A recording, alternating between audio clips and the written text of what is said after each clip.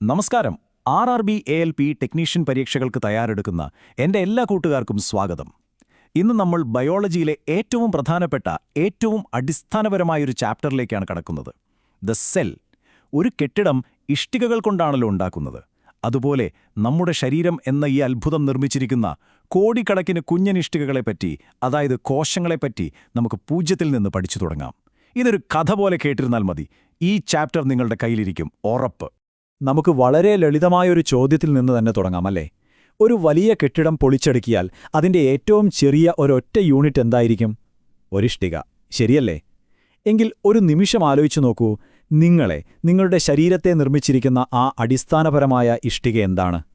കാരണം നമ്മൾ കാണുന്ന സങ്കീർണമായ എന്തിൻ്റെയും തുടക്കം വളരെ ലളിതമായ ഒന്നിൽ നിന്നായിരിക്കും. അതിൻ്റെ ഉത്തരമാണ് ദി സെൽ, അഥവാ കോശം. ഈ ഭൂമിയിലുള്ള എല്ലാ ജീവജാലങ്ങളുടെയും, ഒരു കുഞ്ഞൻ ബാക്ടീരിയ മുതൽ ഒരു ഭീമാകാരനായ തിമിംഗലം വരെ, എല്ലാത്തിൻ്റെയും അടിസ്ഥാന നിർമ്മാണ ഘടകം, the fundamental building block of life എന്ന് പറയുന്നത് ഈ സെല്ലാണ്. ഒരു കെട്ടിടത്തിന് ഇഷ്ടിക എത്രത്തോളം പ്രധാനപ്പെട്ടതാണോ അത്രത്തോളം, അല്ല, അതിനേക്കാൾ പ്രധാനപ്പെട്ടതാണ് ഓരോ ജീവിക്കും കോശം. ഈ ഒരൊറ്റ ആശയം നിങ്ങൾ മനസ്സിൽ ഉറപ്പിച്ചാൽ മതി, ബയോളജിയിലെ ബാക്കി കാര്യങ്ങൾ വളരെ എളുപ്പമായിരിക്കും. നിങ്ങൾക്ക് റെയിൽവേ പരീക്ഷ പാസ്സാവണം എന്ന ആഗ്രഹം ശരിക്കുമുണ്ടെങ്കിൽ മുഴുവൻ സിലബസും ഇതുപോലെ അടിത്തറയിട്ട് തന്നെ പഠിക്കണം. ആ യാത്രയിൽ നിങ്ങളെ സഹായിക്കാനാണ് ഞങ്ങളിവിടെയുള്ളത്. അതുകൊണ്ട് ഇനി വരാനിരിക്കുന്ന ഒരു ക്ലാസ് പോലും മിസ്സാവാതിരിക്കാൻ ഇപ്പോൾ തന്നെ ആ സബ്സ്ക്രൈബ് ബട്ടൺ ഒന്ന് ക്ലിക്ക് ചെയ്തേക്കൂ. നമുക്കൊരുമിച്ച് ഓരോ വിഷയവും ഇതുപോലെ സിമ്പിളായി പഠിച്ചെടുക്കാം. നിങ്ങൾക്ക് കാര്യങ്ങൾ വളരെ എളുപ്പത്തിൽ മനസ്സിലാക്കി തരാൻ വേണ്ടി നമ്മളിവിടെ ഒരു പുതിയ AI ഫസ്റ്റ് പ്ലാറ്റ്ഫോമാണ് ഉപയോഗിക്കുന്നത്. എത്ര കട്ടിയുള്ള വിഷയമാണെങ്കിലും അത് വളരെ ലളിതമായി, വ്യക്തമായി നിങ്ങളുടെ മുന്നിൽ എത്തിക്കാൻ ഈ ടെക്നോളജി നമ്മളെ സഹായിക്കും. അതുകൊണ്ട് ധൈര്യമായിട്ടിരുന്നോളൂ, ഓരോ പോയിന്റും നിങ്ങളുടെ മനസ്സിൽ കൃത്യമായി പതിഞ്ഞിരിക്കും. ശരി, ഇനി നമുക്കൊരു സമയാത്ര പോകാം. നമ്മുടെ സ്വന്തം കണ്ടുകൊണ്ടുപോലും കാണാൻ കഴിയാത്ത അത്ര ചെറിയൊരു ലോകം മനുഷ്യൻ എങ്ങനെ കണ്ടെത്തിയെന്നതിൻ്റെ കഥയിലേക്ക്. ഇതൊരു സാധാരണ ക്ലാസ്സായി കാണണ്ട, ഒരു ഡിറ്റക്റ്റീവ് സ്റ്റോറി പോലെ കണ്ടാൽ മതി. ഓരോ ശാസ്ത്രജ്ഞരും ഓരോ തുമ്പുകൾ കണ്ടെത്തി ഇന്ന് നമ്മൾ പഠിക്കുന്ന ഈ വലിയ ചിത്രത്തിലേക്ക് എത്തിയതിൻ്റെ ആവേശകരമായൊരു യാത്രയാണിത്. ഈ കാണുന്നതാണ് നമ്മുടെ ഡിറ്റക്റ്റീവ് സ്റ്റോറിയിലെ പ്രധാന സംഭവങ്ങൾ. 1665-ൽ റോബർട്ട് ഹുക്ക് എന്നയാൾ സെൽ എന്ന വാക്ക് ആദ്യമായി ഉപയോഗിച്ചുകൊണ്ട് ഈ കഥയ്ക്ക് തുടക്കമിട്ടു. പിന്നെ 1674-ൽ ലുവൻഹോക്ക് എന്നയാൾ ആ സെല്ലുകൾക്കുള്ളിൽ ജീവനുണ്ടെന്ന് കണ്ടെത്തി.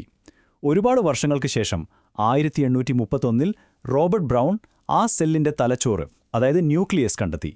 ഒടുവിൽ 1839-ൽ പർക്കിൻജെ ആ ജീവന്റെ ദ്രാവകത്തിന് ഒരു പേരു നൽകി. നമുക്ക് ഓരോരുത്തരെയായി പരിചയപ്പെടാം. അപ്പോൾ നമ്മുടെ കഥയിലെ ആദ്യത്തെ ഹീറോ റോബർട്ട് ഹുക്ക്. വർഷം 1665. അദ്ദേഹം സ്വന്തമായി നിർമ്മിച്ച അത്രയൊന്നും പവറില്ലാത്തൊരു മൈക്രോസ്കോപ്പിലൂടെ ഒരു കോർക്കിന്റെ, അതായത് മരത്തിന്റെ തൊലിയുടെ വളരെ നേർത്തൊരു പാളി നിരീക്ഷിക്കുകയായിരുന്നു. ആ മൈക്രോസ്കോപ്പിലൂടെ നോക്കിയപ്പോൾ അദ്ദേഹം കണ്ട കാഴ്ച ഒരു തേനീച്ചക്കൂട് പോലെയായിരുന്നു. ആയിരക്കണക്കിന് കുഞ്ഞുമുറികൾ. പണ്ട് സന്യാസിമാർ താമസിച്ചിരുന്ന ചെറിയ മുറികളെ ഓർമ്മിപ്പിക്കുന്ന ആ അറകൾക്ക് ലാറ്റിൻ ഭാഷയിൽ ചെറിയ മുറി എന്നർത്ഥം വരുന്ന സെല്ലുല എന്ന വാക്കിൽ നിന്ന് അദ്ദേഹം സെൽ എന്ന് പേരിട്ടു. പക്ഷേ ഇവിടെ പരീക്ഷയ്ക്ക് വേണ്ട ഏറ്റവും പ്രധാനപ്പെട്ട പോയിന്റ് വരുന്നുണ്ട്. അദ്ദേഹം കണ്ടത് ജീവനില്ലാത്ത ഡെഡ് കോർക്ക് സെൽസ് ആയിരുന്നു. അതായത് ആളൊഴിഞ്ഞുപോയ വെറും മുറികൾ മാത്രം. ഇനി പരീക്ഷയ്ക്ക് ഉറപ്പായും ചോദിക്കാൻ സാധ്യതയുള്ളൊരു ചോദ്യം. റോബർട്ട് ഹുക്കിനെയാണ് ഫാദർ ഓഫ് സൈറ്റോളജി എന്ന് വിളിക്കുന്നത്. എന്താണ് സൈറ്റോളജി? സൈറ്റോ എന്നാൽ സെല്ല്, ലോജി എന്നാൽ പഠനം. അപ്പോൾ കോശങ്ങളെക്കുറിച്ചുള്ള പഠനമാണ് സൈറ്റോളജി. ആ പഠനശാഖയ്ക്ക് തുടക്കമിട്ടതുകൊണ്ടാണ് അദ്ദേഹത്തെ അങ്ങനെ വിളിക്കുന്നത്. ഈ പേര് മറക്കല്ലേ? ഓക്കെ, റോബർട്ട് ഹുക്ക് ഒഴിഞ്ഞ മുറികളാണ് കണ്ടെത്തിയത്. അപ്പോൾ ആ മുറികളിലെ താമസക്കാരെ, അതായത് ജീവനുള്ള കോശങ്ങളെ ആദ്യമായി കണ്ടതാര്? അത്ഭുതം എന്താണെന്ന് വെച്ചാൽ അതൊരു ശാസ്ത്രജ്ഞനെ ആയിരുന്നില്ല, മറിച്ച് ഒരു തുണിക്കച്ചവടക്കാരനായിരുന്നു. അദ്ദേഹത്തിൻ്റെ പേരാണ് ആന്റണി വാൻ ല്യൂവൻഹോക്ക്. അദ്ദേഹത്തിന് സ്വന്തമായി ലെൻസുകളും മൈക്രോസ്കോപ്പുകളും ഉണ്ടാക്കുന്നതൊരു ഹോബിയായിരുന്നു. അങ്ങനെയിരിക്കെ 1674-ൽ ഒരു ദിവസം അദ്ദേഹം ഒരു തുള്ളിക്കുളത്തിലെ വെള്ളമെടുത്ത് തന്റെ ശക്തമായ മൈക്രോസ്കോപ്പിലൂടെ നോക്കി. അതിൽ കുഞ്ഞൻ ജീവികൾ അങ്ങോട്ടും ഇങ്ങോട്ടും ഓടി നടക്കുന്നത് കണ്ട് അദ്ദേഹം ഞെട്ടിപ്പോയി. ബാക്ടീരിയ, പ്രോട്ടോസോവ പോലുള്ള ജീവനുള്ള കോശങ്ങളെ, ലിവിംഗ് സെൽസിനെ ആദ്യമായി നിരീക്ഷിച്ചത് ല്യൂവൻഹോക്കാണ്. അപ്പോൾ ഓർക്കുക, ഹുക്ക് കണ്ടത് ഒഴിഞ്ഞ മുറികൾ, ല്യൂവൻഹോക്ക് കണ്ടത് ആ മുറികളിലെ താമസക്കാരെ. ഇതാണ് ഇവർ തമ്മിലുള്ള പ്രധാന വ്യത്യാസം. അപ്പോൾ ഇപ്പം നമുക്കറിയാം, കോശങ്ങളുണ്ട്, അതിൽ ജീവനുണ്ട്. പക്ഷേ ആ കോശത്തിനുള്ളിൽ എന്താണ്? ആരാണിതിനെയെല്ലാം നിയന്ത്രിക്കുന്നത്? ഈ ചോദ്യത്തിനുള്ള ഉത്തരം തേടിയാണ് നമ്മുടെ അടുത്ത ശാസ്ത്രജ്ഞൻ വരുന്നത്, റോബർട്ട് ബ്രൗൺ. 1831 ഒരു ഓർക്കിഡ് ചെടിയുടെ കോശങ്ങളെ നിരീക്ഷിക്കുമ്പോൾ എല്ലാ കോശങ്ങളുടെയും ഏകദേശം നടുകായി കറുത്ത ഒരു പൊട്ടുപോലൊരു ഭാഗം റോബർട്ട് ബ്രൗൺ ശ്രദ്ധിച്ചു. അതിനദ്ദേഹം ന്യൂക്ലിയസ് എന്ന് പേര് നൽകി. ഈ ന്യൂക്ലിയസാണ് കോശത്തിന്റെ ബ്രെയിൻ അല്ലെങ്കിൽ കൺട്രോൾ സെന്റർ. കോശം എന്തു ചെയ്യണം, എങ്ങനെ വളരണം, എപ്പോൾ വിഭജിക്കണം എന്നൊക്കെയുള്ള എല്ലാ നിർദ്ദേശങ്ങളും കൊടുക്കുന്നത് ഈ ന്യൂക്ലിയസാണ്. നമ്മുടെ ഈ കണ്ടെത്തലിന്റെ യാത്രയിലെ അടുത്ത പ്രധാന വ്യക്തിയാണ് ജാൻ ഇവാഞ്ചലിസ്റ്റ പർക്കിഞ്ചെ. ഇപ്പോൾ നമുക്ക് കോശമുണ്ട്, അതിന്റെ കൺട്രോൾ സെന്ററായ ന്യൂക്ലിയസുമുണ്ട്. പക്ഷേ ഈ ന്യൂക്ലിയസ് എവിടെയാണിരിക്കുന്നത്? വെറുതെ വായു നിൽക്കുകയാണോ? 1839 പർക്കിഞ്ചെ കോശത്തിനുള്ളിൽ കാണുന്ന ഒരു ജെല്ലി പോലെയുള്ള ദ്രാവകത്തിന് പ്രോട്ടോപ്ലാസം എന്ന പേര് നൽകി. സിമ്പിളായി പറഞ്ഞാൽ, ഒരു സെൽ മെംബ്രെയിനിനുള്ളിലെ ജീവനുള്ള എല്ലാ ഭാഗങ്ങളും, അതായത് ന്യൂക്ലിയസും അതിനു ചുറ്റുമുള്ള സൈറ്റോപ്ലാസവും ചേർന്ന ആ ദ്രാവകത്തെയാണ് പ്രോട്ടോപ്ലാസം എന്ന് വിളിക്കുന്നത്. ഇതിനെ ഫിസിക്കൽ ബേസിസ് ഓഫ് ലൈഫ് അഥവാ ജീവന്റെ ഭൗതിക അടിസ്ഥാനമെന്നും വിശേഷിപ്പിക്കാറുണ്ട്. ഇതുവരെ നമ്മൾ പല ശാസ്ത്രജ്ഞർ കണ്ടെത്തിയ ഓരോരോ തുമ്പുകളാണ് കണ്ടത്. Hooke, Leeuwenhoek, Brown, Purkinje. ഇവരുടെ എല്ലാം കണ്ടെത്തലുകളെ ഒരുമിച്ച് ചേർത്തുകൊണ്ട് ബയോളജിയിലെ ഏറ്റവും അടിസ്ഥാനപരമായ ഒരു നിയമം രൂപീകരിക്കപ്പെട്ടു. അതാണ് ദ സെൽ തിയറി അഥവാ കോശസിദ്ധാന്തം. ദി സെൽ തിയറി മുന്നോട്ട് വെച്ചത് 2 ശാസ്ത്രജ്ഞർ ചേർന്നാണ്. ഒരു സസ്യശാസ്ത്രജ്ഞൻ, അതായത് എ ബൊട്ടാനിസ്റ്റ്, M.J. ഷ്ലീഡനും ഒരു ജന്തുശാസ്ത്രജ്ഞൻ, എ സുവോളജിസ്റ്റ്, തിയോഡർ ഷ്വാനും. എല്ലാ സസ്യങ്ങളും കോശങ്ങളാലാണ് നിർമ്മിച്ചിരിക്കുന്നത് എന്ന് ഷ്ലീഡനും എല്ലാ ജന്തുക്കളും കോശങ്ങളാലാണ് നിർമ്മിച്ചിരിക്കുന്നത് എന്ന് ഷ്വാനും അവരവരുടെ പഠനങ്ങളിലൂടെ കണ്ടെത്തി. ഇത് രണ്ടും ചേർത്തുവെച്ചപ്പോൾ അവർ ഒരു നിഗമനത്തിലെത്തി: എല്ലാ ജീവജാലങ്ങളും കോശങ്ങളാൽ നിർമ്മിതമാണ്. ഇത് ജീവികളുടെ ഒരു ഭരണഘടന പോലെയാണ്. ഈ സിദ്ധാന്തത്തിന് പ്രധാനമായും 3 പോയിന്റുകളാണുള്ളത്. 1. All living organisms are composed of 1 or more cells. അതായത് എല്ലാ ജീവികളും ഒന്നോ അതിലധികമോ കോശങ്ങൾ കൊണ്ട് നിർമ്മിച്ചതാണ്. 2. The cell is the basic unit of structure and function. ഒരു ജീവിയുടെ ശരീരത്തിന്റെ ഘടനയും അതിന്റെ എല്ലാ പ്രവർത്തനങ്ങളുടെയും അടിസ്ഥാന യൂണിറ്റ് കോശമാണ്. 3ാമത്തെ പോയിന്റാണ് ഏറ്റവും പ്രധാനം. All cells arise from pre existing cells. അതായത് പുതിയ കോശങ്ങൾ വെറുതെ ശൂന്യതയിൽ നിന്നും ഉണ്ടാകുന്നില്ല. അവ നിലവിലുള്ള കോശങ്ങൾ വിഭജിച്ചു മാത്രമേ ഉണ്ടാകുന്നുള്ളൂ. ഈ 3ാമത്തെ ആശയം, അതായത് പുതിയ കോശങ്ങൾ പഴയ കോശങ്ങളിൽ നിന്നാണ് ഉണ്ടാകുന്നത് എന്ന പോയിന്റ്, സെൽ തിയറിയിലേക്ക് പിന്നീട് കൂട്ടിച്ചേർത്തത് റുഡോൾഫ് വിർഷോ എന്ന ശാസ്ത്രജ്ഞനാണ്.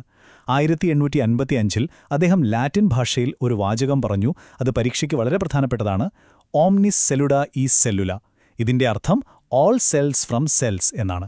ഈ വാക്യവും ശാസ്ത്രജ്ഞന്റെ പേരും ഓർത്തുവെക്കണം. ഓക്കെ, ഇപ്പോൾ നമുക്ക് കോശങ്ങളെക്കുറിച്ച് അത്യാവശ്യം കാര്യങ്ങളൊക്കെ അറിയാം. ഇനി നമുക്കവയെ ഒന്ന് തരംതിരിക്കാം. പണ്ടുകാലത്ത് വലിയ സാമ്രാജ്യങ്ങളുണ്ടായിരുന്നില്ലേ? അതുപോലെ കോശങ്ങളുടെ ലോകത്തെ പ്രധാനമായും 2 വലിയ സാമ്രാജ്യങ്ങളായി തിരിച്ചിട്ടുണ്ട്. അവയാണ് പ്രോകാരിയോട്ടിക് സെൽസും യൂകാരിയോട്ടിക് സെൽസും.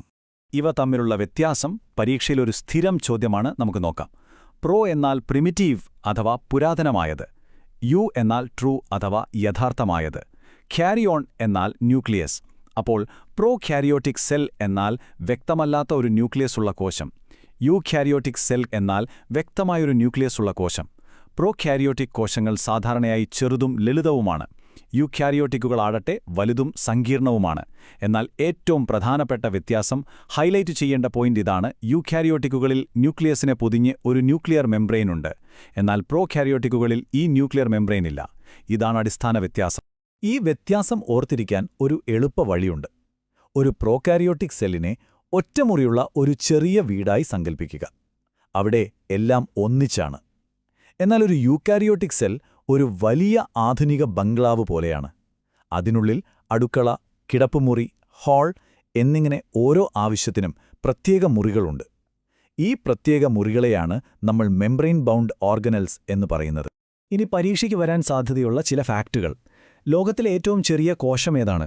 അത് മൈക്കോപ്ലാസ്മ എന്നറിയപ്പെടുന്ന ഒരുതരം ബാക്ടീരിയയാണ്. എന്നാൽ മനുഷ്യ ശരീരത്തിലെ ഏറ്റവും ചെറിയ കോശം പുരുഷബീജമാണ്, എ സ്പേം സെൽ. മനുഷ്യ ശരീരത്തിലെ ഏറ്റവും വലിയ കോശം സ്ത്രീയുടെ അണ്ഡമാണ്, ആൻ ഓവം.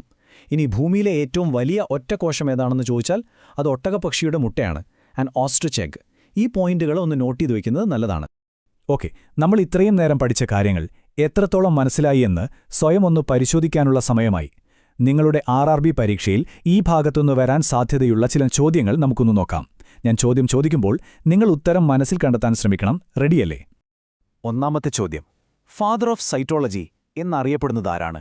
നമ്മുടെ കഥയിലെ ആദ്യത്തെ ഹീറോ ഒന്ന് ആലോചിച്ച് നോക്കൂ. ഉത്തരം റോബർട്ട് ഹുക്ക്.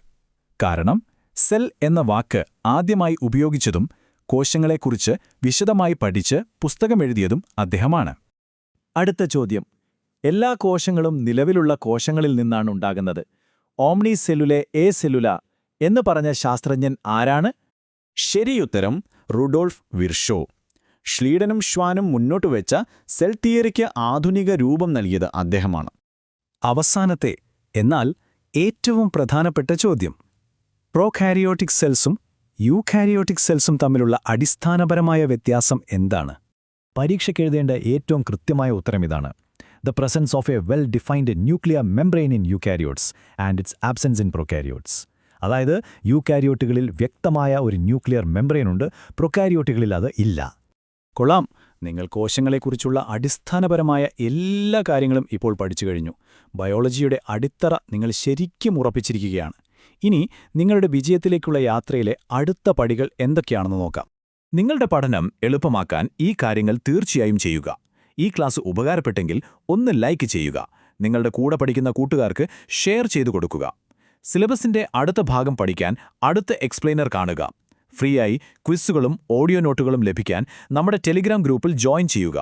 കൂടാതെ JEE, NTPC, group D, SSC, polytechnic പോലുള്ള എല്ലാ പരീക്ഷകൾക്കുമുള്ള ക്ലാസുകൾ മലയാളത്തിലും മറ്റു ഭാഷകളിലും ലഭിക്കാൻ ഈ ചാനൽ സബ്സ്ക്രൈബ് ചെയ്യാൻ മറക്കരുത്.